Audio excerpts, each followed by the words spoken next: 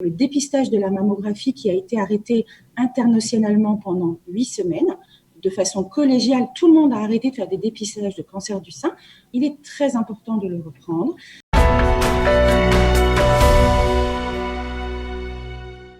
De friction. Voilà pour les chiffres du jour. Alors évidemment, sachez que le studio Qualita se mobilise comme tous les jours pour lutter avec vous contre le coronavirus, mais surtout pour vous aider à présent à gérer au mieux le déconfinement. Vous trouverez toutes les infos sur notre site internet créé à cet effet, www.info-covid19-qualita.com. Et puis, il y a bien sûr un numéro d'aide en français. Vous avez ce numéro à votre disposition. Vous pouvez nous appeler, nous poser toutes les questions nécessaires. 02 590 60 82. Voilà, 02 590 60 82.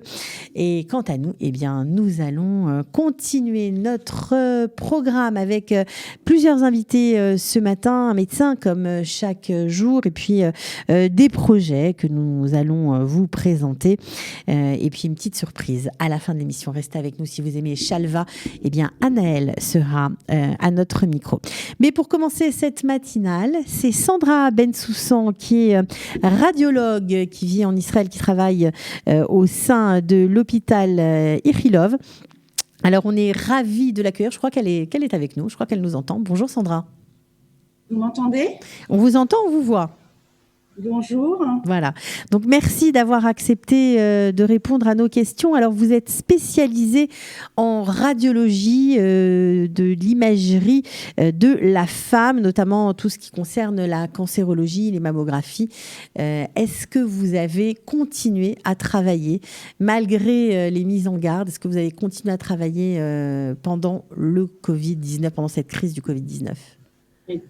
Toute l'équipe de Ichilov à Tel Aviv a continué à travailler en radiologie, comme des services de l'hôpital.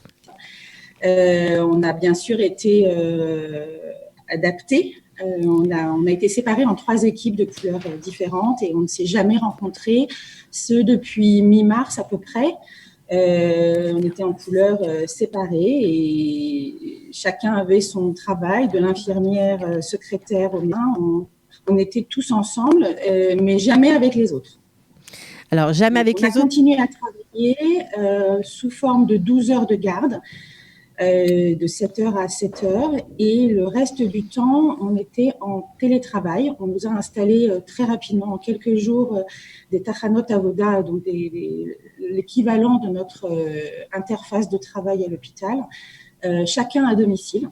Et on a pu ainsi interpréter l'ensemble de nos examens qui étaient faits à l'hôpital, avec toutes les précautions qu'il était nécessaire de prendre pour les patients qui étaient soit non Covid+, soit les patients Covid+, qui étaient bien sûr séparés les uns des autres. Et nous, de la maison, on pouvait interpréter lorsqu'on n'était pas de garde physiquement sur place. Alors, est-ce que vous avez eu des cas où, malheureusement, vous avez dû diagnostiquer des cancers sur des malades qui avaient également le Covid-19 ? Alors, la cancérologie n'a jamais été arrêtée. Aussi bien le diagnostic que la prise en charge, que le bilan d'extension lorsqu'on venait de découvrir un cancer, que la surveillance des patients qui étaient sous chimiothérapie, par exemple néoadjuvante avant un traitement chirurgical. Tous ces patients ont continué à être pris en charge à l'hôpital Ichilov. Les interventions chirurgicales de ces patients ont été maintenues dans des conditions de sécurité maximale. En fait, il n'y avait que ces patients-là dans l'hôpital et d'un autre côté, dans des services bien particuliers, les patients Covid+. Est-ce qu'il y a eu des patients Covid+, avec un diagnostic de cancérologie ? Je ne suis pas sûre, enfin moi j'en ai pas vu. En vérité, on a eu assez peu de patients en imagerie Covid+. J'ai pas réussi à sortir les chiffres. J'ai cherché pour préparer l'émission. J'ai pas réussi à sortir les chiffres. Ils ne sont pas accessibles pour l'instant à l'hôpital. Est-ce qu'on va en faire des mercarim? Je sais pas. De la recherche, je sais pas. En tout cas, j'ai pas réussi à avoir ces chiffres-là au niveau des scanners qui étaient faits. Ce que je peux dire, c'est que l'ensemble des patients avaient des radiographies. grâce à des machines qui étaient mobiles et complètement dédiées. C'est-à-dire que pendant toute cette période, ce qui était très très important, c'était de cloisonner l'ensemble des personnes, des malades, du personnel médical, et de ne jamais mettre en contact les uns avec les autres, parce que l'objectif était qu'on puisse continuer à travailler et que les uns ne se contaminent pas avec les autres. Alors, évidemment, vous n'avez pas arrêté de travailler et je sais que vous avez un message à faire passer à tous ceux qui nous écoutent, c'est-à-dire de continuer à venir se faire dépister parce qu'on peut mourir du coronavirus, mais aussi on peut mourir d'une maladie qui n'a pas été prise à temps et ce serait vraiment dommage puisque tout fonctionne. Exactement. Ça, c'est très important. On a eu pendant toute cette période, les 2 mois, malheureusement quelques cas, heureusement très rares, mais en fait c'est déjà trop, de patients qui ont tardé à venir à l'hôpital et qui sont finalement décédés parce que des personnes âgées fragiles, de choses tellement ridicules au jour d'aujourd'hui en 2020. Et ça fait vraiment beaucoup de peine de perdre des patients pour ça, parce qu'il y a eu un retard diagnostique. Donc, il faut venir consulter pour toutes ces pathologies générales, reprendre son suivi classique, que ce soit l'hypertension, la cardiologie. En ce qui me concerne, pour le dépistage de la mammographie qui a été arrêté internationalement pendant 8 semaines, de façon collégiale, tout le monde a arrêté de faire des dépistages de cancer du sein. Ceux qui détectaient quelque chose cliniquement, ou le médecin détectait quelque chose cliniquement, alors elle venait faire les biopsies, mais ce qu'on appelle le séquer, le dépistage comme ça de grande masse, avait été arrêté pendant 8 semaines. Il est très important de le reprendre, de revenir consulter en suivant les consignes de barrière, prendre un rendez-vous, venir à l'heure à son rendez-vous, ne pas venir accompagner, venir avec un masque. La prise de la température est faite systématiquement à l'entrée de l'hôpital, que ce soit des soignants ou des patients. Respecter les distanciations sociales. Nous, de notre côté, on est extrêmement protégés et du coup, en se protégeant, on protège aussi nos patients et on est surveillé. Le service d'épidémiologie est encore passé cette semaine. On est extrêmement contrôlé avec masques, gants qu'on change bien sûr à chaque fois. Toute la salle est renettoyée à chaque fois. Donc, il est très important de poursuivre cette prise en charge et de venir se faire dépister. On a une différence avec la France, dont j'ai pris les nouvelles récemment. Ils ont mis des différences en fonction de l'âge des patientes. Ce n'est pas notre cas. Quel que soit l'âge de la patiente, on revient se faire dépister pour toutes ces pathologies. Alors justement, ce qui est très important de préciser, c'est que, ok, les masques, les mesures de protection, la distanciation sanitaire, mais les gens ont aussi peur d'être contaminés par un virus qui serait laissé bien sur un appareil de radiologie, sur une table. Les gens sont un peu inquiets parce qu'on a entendu beaucoup de choses sur ce virus. On a entendu qu'il restait sur une table en verre pendant plusieurs jours, sur le bois, sur différentes surfaces. On a même parlé d'un virus qui pourrait être dans l'air. Donc, est-ce qu'on en sait un peu plus sur ces points-là et qu'est-ce que vous faites, vous, pour rassurer les patients ? La première réponse, c'est que dans l'air, non. Ça, c'est bien clair et c'est montré. Tous les jours, il y a une publication du ministère de la Santé israélienne que non, il n'y a pas de risque de ce côté-là.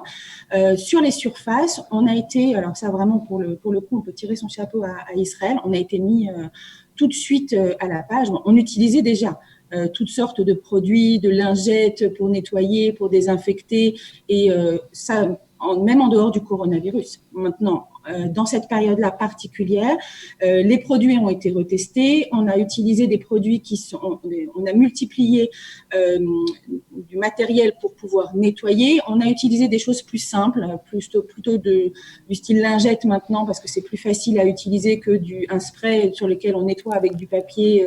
Voilà. Donc, on s'est adapté pour rendre les choses plus faciles, pour que justement il y ait une compliance plus importante du nettoyage. Voilà, on est tous très au fait, on travaille tous en pyjama, les pieds à la tête. Pas facile. Tranquille, l'hôpital, il faut retourner à l'hôpital. Je pense que c'est moins risqué qu'ailleurs. C'est moins risqué qu'ailleurs. Alors justement, vous avez longtemps été en France en tant que professionnel de la santé. Vous êtes aujourd'hui en Israël depuis quelques années et vous avez été, je le sais parce qu'on me l'a dit, vous avez été très surprise et agréablement surprise par la prise en main de cette crise par l'État d'Israël. incroyable. Alors en plus, comme tous les Français, on a un œil à droite, un œil à gauche, un œil en France, un œil en Israël, et malheureusement, on a pu comparer. C'est incroyable la différence. Israël a été extraordinaire. Depuis, en ce qui me concerne, depuis fin février, on a eu des premiers cours d'explication de ce qui allait se passer, et on a appris en fait tout au long de cette période la nouvelle maladie. C'est la première fois de notre carrière pour la plupart qu'on apprend une maladie au fur et à mesure qu'elle se déroule, et on continue à l'étudier. Donc on a eu très rapidement des cours pour comprendre qui elle était, comment ça allait se passer. On avait en gros tous les 4 jours une mise à jour de ce qu'il fallait faire, de comment il fallait se comporter. Ça c'est au niveau de l'hôpital. On a eu des webinaires par des infectiologues très extraordinaires, d'une très très grande qualité, d'une grande clarté et extrêmement rapidement. Bon, et je dois parler du Magen David Adom, dont je suis une bénévole, qui a été absolument incroyable au niveau de la prise en charge depuis déjà mi-février. Et on a eu un Zoom avec notre équipe Ilan Klein qui nous a expliqué les dessous de l'histoire. C'est absolument incroyable ce qui s'est passé, comment ils ont pris en charge, comment ils ont compris surtout très rapidement qu'il fallait fermer les frontières, qu'il fallait, malgré tout ce que l'étranger, et en particulier les Français, pouvaient dire et critiquer, il était très important de fermer ces frontières pour laisser du temps aux équipes médicales de se préparer. Aucun pays ne peut prendre en charge une quantité aussi importante de malades en même temps. Il était très important de s'y préparer. Et Israël, en fermant ses frontières et en lançant en parallèle toutes sortes de recherches, d'achats, de matériel et de formation très rapide, tout en protégeant ses équipes. C'est ça qui est très important, ce que la France n'a pas fait. Israël a protégé ses équipes, aussi bien à l'hôpital que le Magen David Adom et qu'en Patroline, les gens ont été protégés. Et ça a permis de laisser du temps aux équipes de recevoir une quantité trop importante éventuellement de malades. On n'a pas eu cette quantité trop importante, on est très, très content et on voit que ça continue à diminuer, donc on a bon espoir qu'un retour à la routine arrive, voilà, à 100%. Alors, on a vu, et ce sera ma dernière question, on a vu il y a la semaine dernière, je crois, un petit peu plus, des manifestations de jeunes étudiants, d'internes qui voulaient crier au monde entier que leurs conditions de travail n'étaient pas normales, des gardes de 26 heures. Est-ce que, alors vous n'en êtes pas là du tout, mais est-ce que vous les fréquentez? Est-ce que vous vous rendez compte que leurs conditions par rapport peut-être à celles que vous avez connues en France sont difficiles, leurs conditions de travail, bien sûr. Alors, effectivement, moi, j'ai des internes dans le service avec qui on travaille main dans la main tout le temps. Ils travaillent beaucoup, les pauvres. Ils travaillent vraiment beaucoup.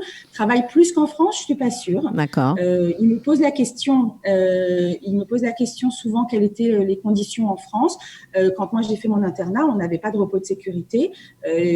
Ça a changé au fur et à mesure de nos études et c'est une bonne chose. C'est important qu'ils travaillent 26 heures d'affilée, ils font des gardes et là, en fait, ils ont goûté aux 12 heures de garde. Donc, je vous ai dit qu'en tant que senior, on était nous aussi en 12 heures, de 7 heures à 19 heures. Donc, du coup, eux, ils étaient de 7 heures à 7 heures, enfin, de 19 heures à 7 heures.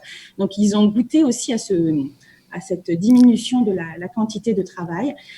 Les conditions en Israël de travail. Ce qui paraît fou parce qu'on était en pleine crise du corona et finalement ils ont eu des gardes allégés en raison des conditions sanitaires, j'imagine, à respecter. Exactement, mais je ne sais pas comment ça va aboutir. Je pense que c'est légitime toutes leurs demandes. Je ne sais pas comment ça va aboutir parce que je pense que les seniors vont aussi commencer à discuter. On est au bout des 10 ans après la première négociation. Et je pense qu'il y a aussi une renégociation au niveau du ministère de la Santé. Je ne sais pas qui va avoir le dernier mot. Peut-être eux parce qu'ils sont moins nombreux et que du coup, ça serait très bien. Ça je ne sais pas. Je pense que c'est légitime et je ne sais pas comment le ministère de la Santé va pouvoir juger. On a un nouveau ministre. On va voir ce qui va se passer. Bon, en tout cas, merci beaucoup d'avoir répondu à nos questions. Donc, docteur Sandra Bensoussan, radiologue, bien sûr, spécialisée dans tout ce qui concerne l'imagerie en cancérologie. Voilà, on peut vous consulter parce que franchement, parfois, on cherche un radiologue qui parle français, qui connaît, je pense à toutes les femmes qui ont, qui sont malades en ce moment et qui ont besoin de parler à quelqu'un qui les comprenne dans leur langue. Donc, j'imagine qu'on peut... Voilà, Ichilov, Sandra Bensoussan, merci beaucoup vraiment et à bientôt. Je vous en prie, bonne journée. Voilà, bonne journée. Retrouvez du dimanche au vendredi notre live quotidien spécial coronavirus. 3 heures de direct ininterrompu de 8h à 11h. Pour tout savoir sur l'actualité du virus en Israël, mené par Daniel Haïk, Olivier Granilic et Cathy Choucroune. Le live Studio Qualitas, c'est tous les jours en direct, puis en replay sur Facebook, YouTube ou sur notre application et sur le site studioqualita.com.